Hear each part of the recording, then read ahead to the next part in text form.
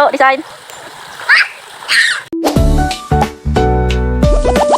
Hello mga loves! Another day, another adventure na naman nga ang atin nyo. At dito nga ngayon ay pupunta na naman kami ulit sa swimming pool na pinuntahan ko nung nakaraan. Dahil nga iba ang kasama ko ngayon, pumunta kami ulit. At nang time na pagpunta nga namin dito ay biglaan lang din. Kaya hindi ready ang tito ko. Kaya walang laman ang swimming pool.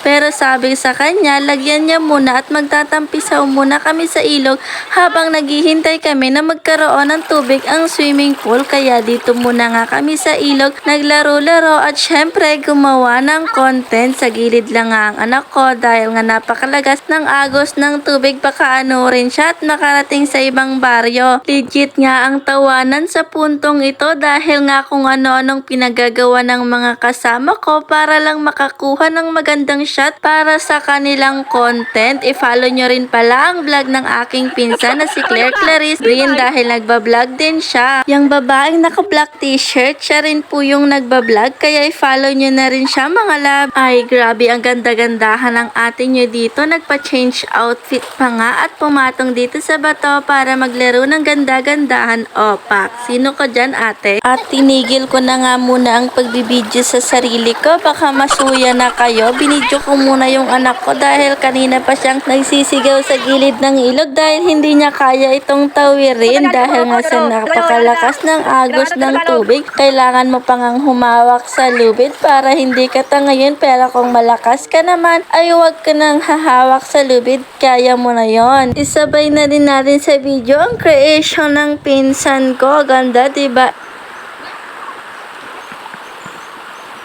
At sa oras na nga na ito ay nagdesisyon na kaming pumunta doon sa may swimming pool para nga makaligo na ng maayos ang aking anak. At ito na nga, naglaro na naman ng ganda-gandahan ang ate nyo. Sexy-sexy yan siya dyan kahit hindi naman talaga. Ay, may ganon. Konti pa nga lang yung tubig ng pool dito pero carry na, at least hindi malulunod ang bebe ko. Ito nga yung view dito sa swimming pool. Napakaganda nga. Kayo na lang bahalang maghusga kung maganda yan sa patingin nyo. Hindi pa nga masyadong malalim ito pero madali na to dahil malakas naman ang tubig dito sa may tubo.